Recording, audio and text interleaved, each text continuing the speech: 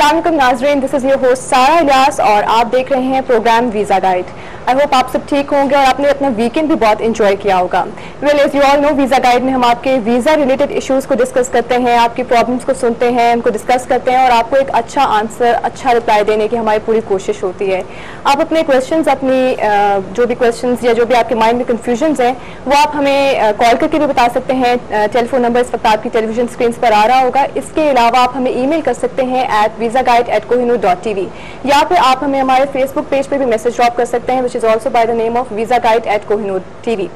और इन सारे मसलों को सुनने के लिए और डिस्कस करने के लिए हमारे साथ एज ऑलवेज हमारे एक्सपर्ट मौजूद है, मिस्टर मुदस्सिर। अस्सलाम वालेकुम सर। अस्सलाम वालेकुम, कैसी हैं आप? मैं बिल्कुल ठीक, आप कैसे हैं? सब ठीक ठाक है। अच्छा, लास्ट टाइम जैसे आपने मुझे गाइड किया था तो आज मैं आपसे पूछ लेती हूँ, आपका वीकेंड कैसा रहा? मेरा वीक एंड तो आपके साथ होता है यहाँ पे, लेकिन ड्यूरिंग वीक कुछ ना कुछ एक्टिविटी रहती है और उसमें जो कुछ लर्न करते हैं, कुछ बातें होती हैं वो हम अपने नाज़रीन के साथ शेयर कर लेते हैं। इस दौरान इस वीक में मुझे एक ऐसे शख्स को मिला कि जिसने माइग्रेट किया, वो यहाँ से पाकिस्तान से चला गया अपनी फैमिली के लिए, अपने बच्चों के लिए। और पाकिस्तान में आपको पता है बहुत सारे लोगों को तो ये इश्यूज होते हैं जिसकी वजह से अब वो वहाँ पे जाके रहता रहा और रहने के साथ पूरी ज़िंदगी, मतलब जितना भी उसने अरसा वहाँ गुजारा वो कमिटेड रहा, बच्चों के लिए काम करता रहा, जो भी उसको करना पड़ा उसने किया, सेक्रीफाइस किया उसने, मतलब जो भी उसको करना पड़ा, सीधे लफ्ज़ उसके लिए हैं। अब हुआ ये कि ज़ाहिर है अब इस दौरान कुछ बच्चे छोटे से बड़े हो गए। इस सारे में जो मुझे जो सानहा नज़र आया ना, वो था सारा के बहुत ज़्यादा गैप हो गया। अच्छा। फैमिली में मतलब बच्चों में और बाप में बहुत गैप हो गया। और वो गैप जो ब्रिज करना, मेरी नज़र में जो चीज़ नज़र आती है ना, वो ये होता है कि वो माँ का काम था इस पोजीशन में, कि माँ को वो गैप जो है ब्रिज करना चाहिए था। और जाहिर है अगर कोई इस दुनिया से भी अगर चला जाता है तो हम उसको भी एक अलामत के तौर पे रखते हैं उसमें। अब वो बंदा जब पाकिस्तान वापस आया तो उसके और उसकी औलाद के दरमियान बहुत सारी दीवारें हो गई, बहुत सारी दीवारें आ गई, बहुत सारी, क्योंकि वो बच्चे जो थे वो बाकी जिनके इन्फ्लुएंसेस लेते रहे, उन इन्फ्लुएंसेस के साथ चलते चलते, हालांकि वो बाप उनको बहुत प्यार करता है और उन्हीं के लिए उसने जो कुछ किया ज़िंदगी में, लेकिन बस वो जो हालात होते हैं वो किसी वक्त किसी बात को कहीं का कहीं ले जाते हैं। तो इसमें मेरी ये गुजारिश ज़ाहिर है सबसे, नाजरीन से भी, आपके वसातत से यही होती है कि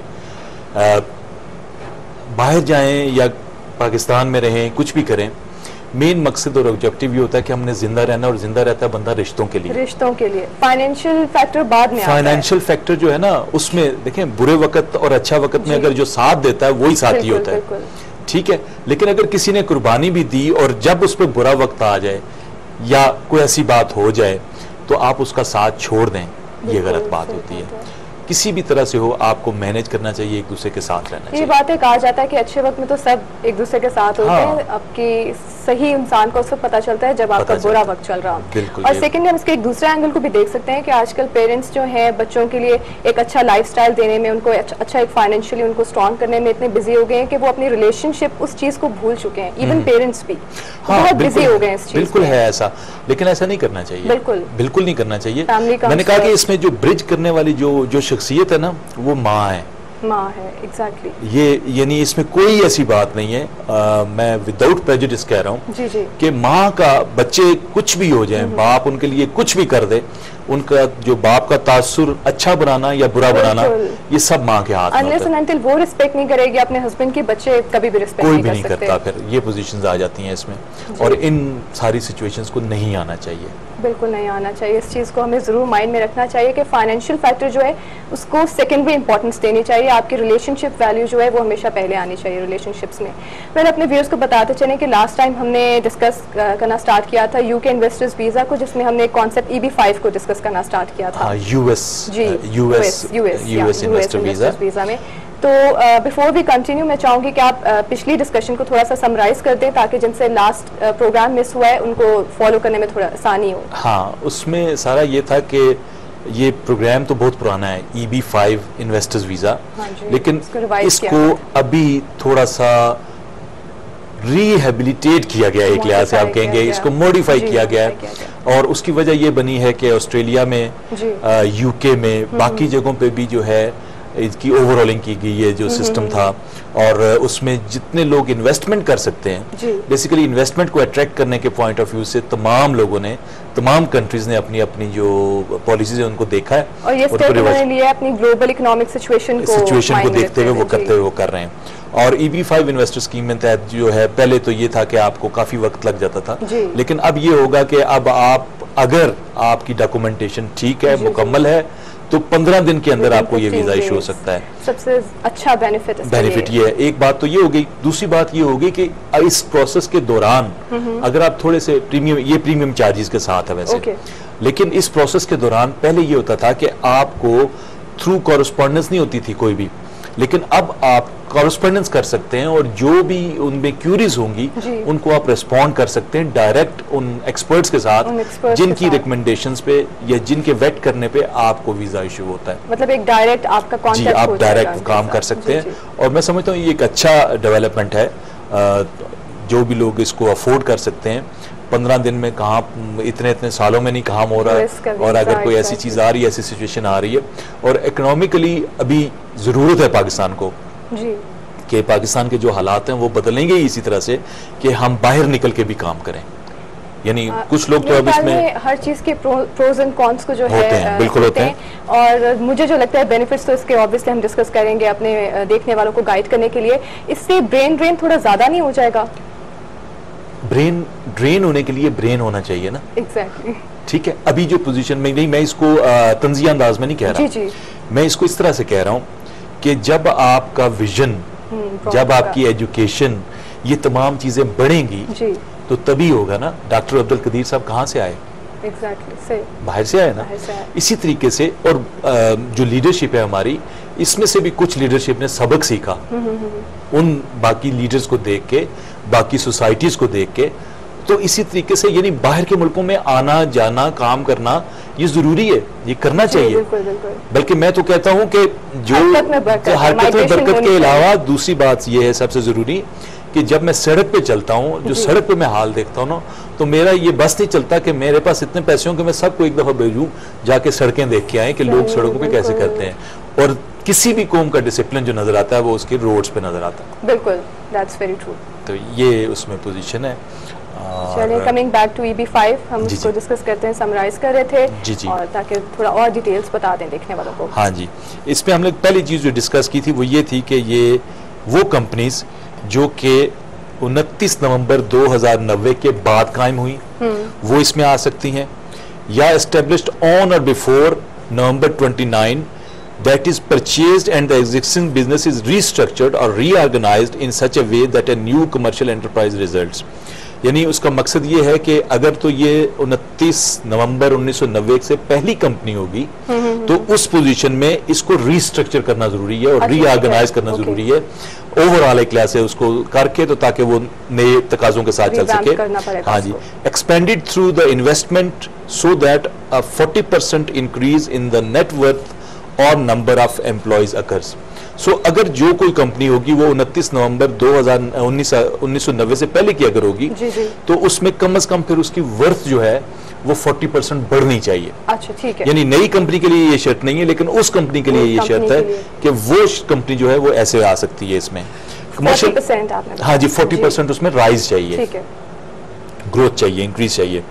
commercial enterprise means any profit activity formed for the ongoing conduct of lawful business, including but not limited to a sole proprietorship, partnership whether limited or general, holding company, joint venture, corporation, business trust or other entity which may be publicly or privately owned। So basically अगर आपने company register की हुई है तब भी आप eligible हैं, अगर आपने कंपनी रजिस्टर नहीं की हुई, आप पार्टनरशिप करते हैं, उसके लिए भी आप एलिजिबल हैं, इवन आप सोल प्रोप्राइटरशिप पे भी ये एक वाला इस स्कीम के तहत जा सकते हैं। बहुत इजी हो गया उनके लिए जी हाँ, जो बिल्कुल अप्लाई हो गया। करना चाहते हैं।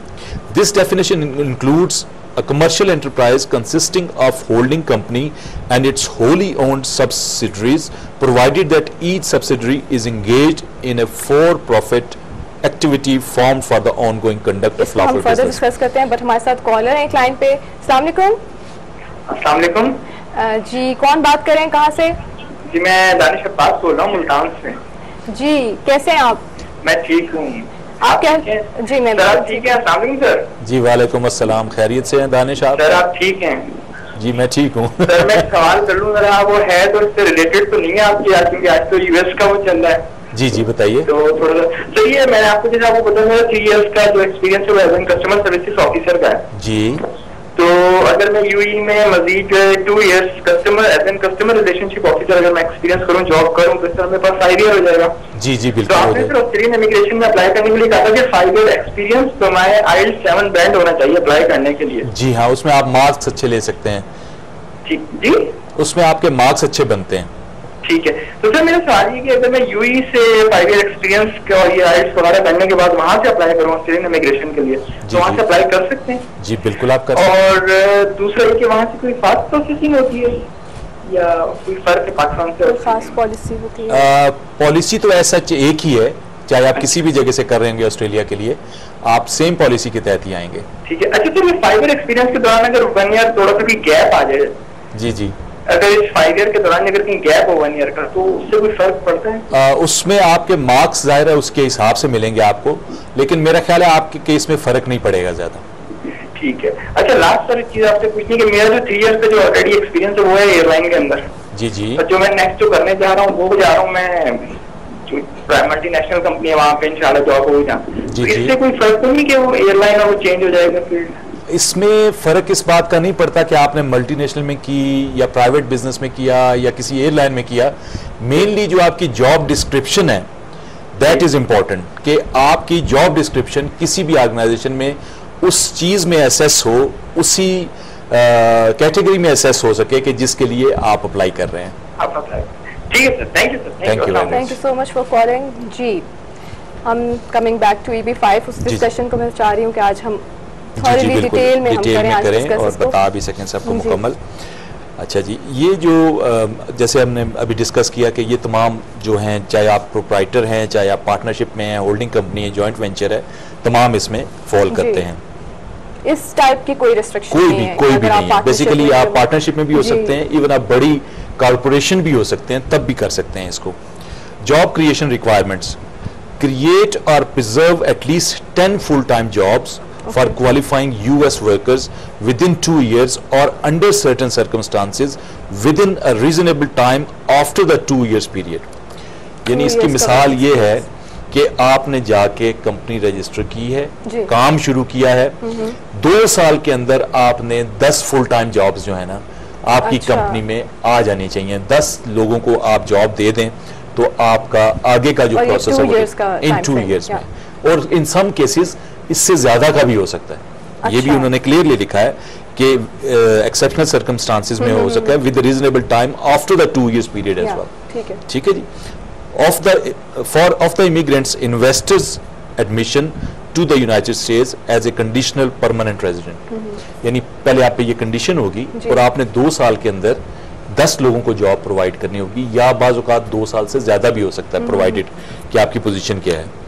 Create or preserve either direct or indirect jobs. Direct jobs are actual indefinite jobs for qualified employees located within the commercial enterprise into which the EB5 investor has directly invested his or her capital. यानी direct jobs जो हैं जो कि direct employees होते हैं आपके। Direct employees होते हैं, जिसको मतलब आप अपने- कैटेगराइज कर दिया डायरेक्ट और इनडायरेक्ट। हाँ जी बिल्कुल, जो डायरेक्ट एम्प्लॉइज होते हैं वो इसमें आ जाएंगे। सर इसको कंटिन्यू करते हैं, लेकिन फिलहाल वक्त हुआ एक ब्रेक का। Take a break.